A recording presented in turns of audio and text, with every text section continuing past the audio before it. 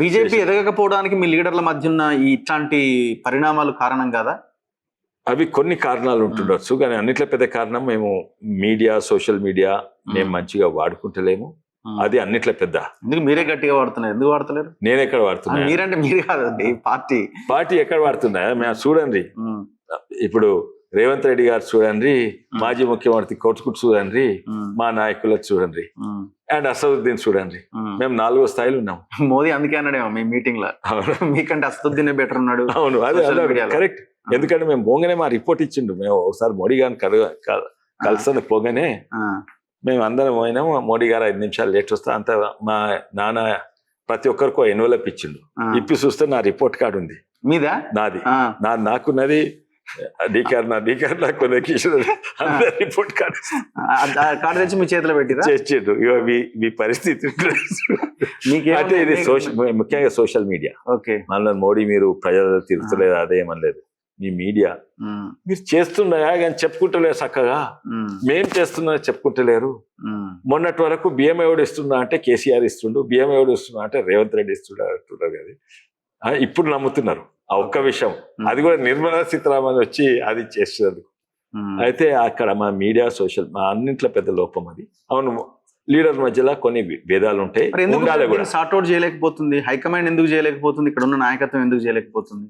అంటే ఇట్లా బహిరంగంగా మీడియా, సోషల్ మీడియా, నేను సోషల్ మీడియా కాదు, మీ పార్టీ నాయకుల మధ్య ఉన్న గొడవల్ని సార్ట్అవుట్ చేసే ప్రయత్నం ఉంటాయి. కొన్ని భేదాలు ఉంటాయి, ఉండాలి కూడా. ఇదేదో హిట్లర్ చెప్పినట్టు అందరు అదే లైన్ గా నడవాలి, అందరు అదే సెల్యూట్ కొట్టాలి అన్నాడు. అనేది కొంచెం భేదాలు ఉండాలి, కానీ భేదాల వల్ల పార్టీ నష్టం కావద్దు. కానీ కొన్ని అంటే ఇది కాంగ్రెస్ లేవాలి. అరే టిఆర్ఎస్ అయితే ఆ కుటుంబ పార్టీ కుటుంబమే విడిపోతుంది.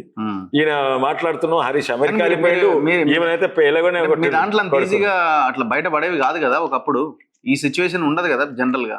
ఏమున్నా ఇంటర్నల్ గా కనబడినట్టు ఉంటాయి, కానీ ఓపెన్ గా ఓపెన్ ఉంటేనే మంచిగా. ఓపెన్ ఉంటే మంచిగా. ఇప్పుడు ఆ పార్టీలో చూడు, ఆ ఫ్యామిలీ 3 దిక్కులు పోతుండ్రు టిఆర్ఎస్ లా. ఇక్కడ కాంగ్రెస్ అయితే ఇక్కడ బట్టి విక్రమార్క, ఉత్తమ్ కుమార్ రెడ్డి, రేవంత్ రెడ్డి, మధు యాస్కి, వీళ్ళందరూ ఒక్కొక్కరు ఒక్కొక్క దిక్కు ఎప్పుడు ఎక్కడ దిగుంటారో తెలియదు. నేను విన్నది నిజమేనా? మీరు కేంద్ర మంత్రుల మీద, అంటే తెలంగాణ మంత్రుల మీద మీరు కంప్లైంట్ చేశారు. 6 మిగతా అందరు ఎంపీలు, కొంతమంది ఎమ్మెల్యేలు కలిసి లిఖితపూర్వకంగా మోదీకి లెటర్ ఇచ్చారన్నది? లేదండి, మేము కంప్లైంట్ చేయలేదు. లెటర్ ఇచ్చినాం. ఏంటంటే తెలంగాణ ప్రజలు మనల్ని కోరుతున్నారు, అది వాస్తవం. మేము ఒక కన్సిస్టెంట్ పాలసీగా ముంగట పోగలుగుతలేము. ఈ లోపాలు మనము మీరే ఇన్వాల్వ్ అయ్యి కొంచెము ఈ లోపాలను సరిదిద్దాలని రాష్ట్రం. ఒక్కరి పేరు రాయలేదు, ఒక్కరి పోస్ట్ రాయలేదు. నేమ్స్ మెన్షన్ చేయలేదు, పోస్ట్ మెన్షన్. పార్టీ ముందుకు వెళ్ళలేకపోతున్నది, ఈ లోపాలు గుర్తించండి అని రాశారు. కొన్ని శక్తుల వల్ల మేము ముంగట్ల పోతలేము. కొన్ని శక్తుల వల్ల. ఆ శక్తులు అంటే మీన్స్ సోషల్ మీడియా ఉండొచ్చు, మీడియా ఉండొచ్చు, బయట వాళ్ళు ఉండొచ్చు, పార్టీ లోపల ఉండి. ఇప్పుడు లోపల ఉన్న వాళ్ళు 2 పట్టుబడ్డారు కదా, 2 పట్టుబడ్డారు. కొన్ని శక్తుల వల్ల రాష్ట్రం. అని అంటే ఈ శక్తులు అంటే మన లోపల బయట ఉన్నాయి వాళ్ళ రాష్ట్రం. అట్లా రాష్ట్రం. సో మరి ఇంతవరకు అయితే యాక్షన్ ఏం లేనట్టుంది. ఆ తరహా దాని మీద ఏమన్నా వర్క్ స్టార్ట్ చేసినారా? మోడీ గారికి అంతర్జాతీయ స్థాయిలో ఎన్నో విషయాలు ఉన్నాయి, జాతీయ స్థాయిలో ఉన్నాయి, రాష్ట్రీయ స్థాయిలో. దాన్ని ఎవరికి చూడబోయా అని అప్పచెప్తుండొచ్చు. మీరు చూడండి, 2.5 years లో మీకు అద్భుతమైన అవకాశాలు వచ్చినప్పుడు ఏం వాడుకుంటున్నారు మీరు?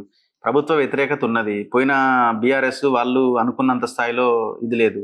మీకు అవకాశం ఉన్న దగ్గర మీరు ఎందుకు ఆ స్థాయిలో గెట్ ఆన్ కాలేకపోతున్నారు? సేమ్ అదే ఉంది కదా బీజేపీ. 3 నెలలు ఆగండి, చూడండి. 3 నెలలు ఏం అద్భుతం అవుతుంది. 3 నెలలు కాదు, మాక్సిమం 6 నెలలు.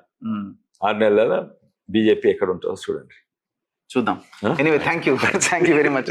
ఇది ఎంపీ కొండా విశ్వేశ్వరరెడ్డి గారితో ఇంటర్వ్యూ. అండ్ ఇంకో క్వశ్చన్ అడగాలి. ఇప్పుడు ఈ క్యాబినెట్ ఎక్స్పాన్షన్ కూడా ఏదో అంటున్నారు కదా, మరి కొండా విశ్వేశ్వరరెడ్డి గారికి ఏమైనా అవకాశం ఉందా? నాకు తెలియదండి, అందరికి తెలుసు కానీ నాకు దాని విషయం ఏం తెలియదు. ఎవరెవరో ఏవో చెప్తున్నారు కానీ ఆ విషయం నాకైతే తెలియదు. చేంజెస్ ఏమైనా ఉంటాయా అంటున్నాం కానీ నాకు తెలియదు. అంటే ఈ రాష్ట్రంలో ఎవరిదైనా ఒకరిద్దరు అటు ఇటు మారడమా, లేకపోతే తీసేయడం? నేను బయట వింటున్నా కానీ నాకు ఇంటర్నల్ గా ఏమీ తెలియదు.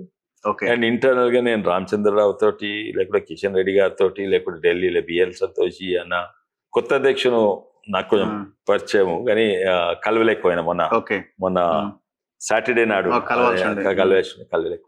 సో ఎప్పుడు ఉంటుంది సార్ ఎక్స్పాన్షన్? ఏమైనా డేట్ తెలియదండి, నాకు తెలియదు. ఈ మంత్ లో ఉండే అవకాశం ఉండొచ్చు. ఉండొచ్చు. Thank you sir, thank you very much. So ఇది ఎంపీ కొండా విశ్వేశ్వరరెడ్డి గారితో స్పెషల్ ఇంటర్వ్యూ. చూస్తూనే ఉండండి మన తొలి వెలుగు.